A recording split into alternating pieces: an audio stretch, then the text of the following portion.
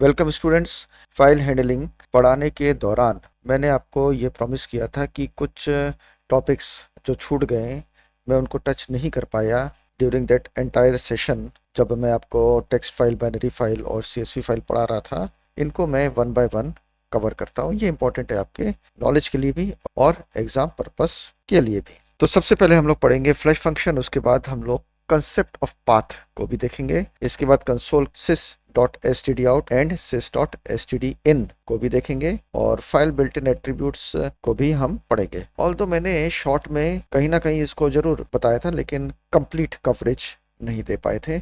सर्वप्रथम flash function को हम लोग देखते हैं। छोटी सी थ्योरी है, क्या होता है फ्लैश फंक्शन, बफर क्या होते हैं, ये दोनों चीजों को आप समझें सबसे पहले शॉर्ट में। अब बफर किसी टेम्पररी मेमोरी को कहते हैं जहाँ पे थोड़े समय के लिए किसी डेटा को, किसी इंफॉर्मेशन को होल्ड करके रखा जाता है, बाद में उस मेमोरी को एम्प्टी कर दिया जाता है आपके ऑपरेटिंग सिस्टम के द्वारा। बफर मेमोरी मेन मेमोरी भी हो सकती है और बहुत सारे जो पेरिफेरल्स कंप्यूटर्स के साथ अटैच होते हैं, डिवाइसेस अटैच होते हैं, उन सब के पास भी अपनी अपनी बफर मेमोरी होती है। कंपैरेटिवली हम मान के चलते हैं कि जो डिवाइसेस की बफर मेमोरी है वो मेन मेमोरी की तुलना में स्लो होती है, किंतु उसकी कैरेक्टरिस्टिक्स जो होती है वो मेन मेमोरी की ही होती है। अब फ्लैश फंक्शन क्या करता है, जब आप फाइल में कुछ कंटेंट्स को राइट कर रहे होते हैं तो जितने भी कंटेंट्स आप राइट करना चाहते हैं वो सब के सब, इधर वो कीबोर्ड से इनपुट हो रहे हैं या फिर आप डायरेक्टली आप किसी फंक्शन के थ्रू उनको फाइल में लिखवाना चाह रहे हैं उन कंटेंट्स को, वो कंटेंट्स कहीं ना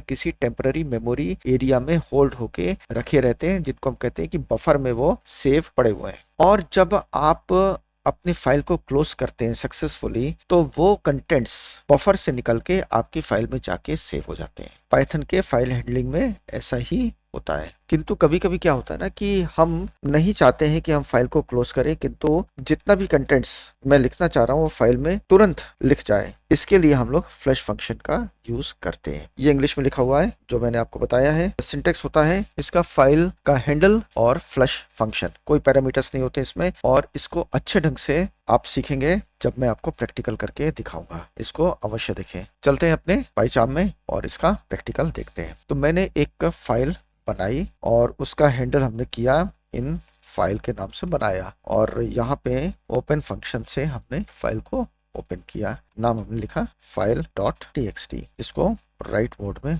ओपन कर लिया। इसके बाद हमने अपने फाइल हैंडल के सहायता से कुछ लाइंस ऑफ टेक्स्ट यहाँ पे लिखे। This is first line of text, this is second line of text. अब इसके बाद में फाइल हैंडल के साथ फ्लैश फंक्शन का यूज करता हूं, जिससे कि ये दोनों lines, this is the first line of the text, this is the second line of the text, ये दोनों लाइंस हमारे फाइल में जाके राइट हो जाए। इसके बाद मैं एक लाइन और लिखता हूं, दिस इज थर्ड लाइन, और मैंने फाइल को क्लोज नहीं किया, बल्कि मैं इसको फिर से ओपन करता हूं और रीडिंग मोड के साथ मैंने ओपन कर ली फाइल को रीडिंग मोड में। और एक सिंपल सा फंक्शन है, रीड फंक्शन है। अब रीड फंक्शन सारे के सारे कंटेंट्स को पढ़ के एक साथ शो करेगा। तो ये क्या शो करता है ये हम लोग देखते हैं, क्योंकि जो थर्ड लाइन है ना वो मैंने विदाउट क्लोजिंग किया है, और थ्योरी कहती है कि यदि हमने फाइल को क्लोज नहीं किया तो कंटेंट्स राइट नहीं होंगे। तो हमारे इस प्रोग्राम में क्या हो रहा है ना कि दो लाइंस हम मान के चलते हैं कि ये फाइल के अंदर चली जाएंगी क्योंकि हमने यहाँ पे फ्लैश फंक्शन का यूज किया है, लेकिन तीसरी लाइन हमारी फाइल के अंदर जाके सेव नहीं हो पाएगी क्योंकि हमने फाइल को क्लोज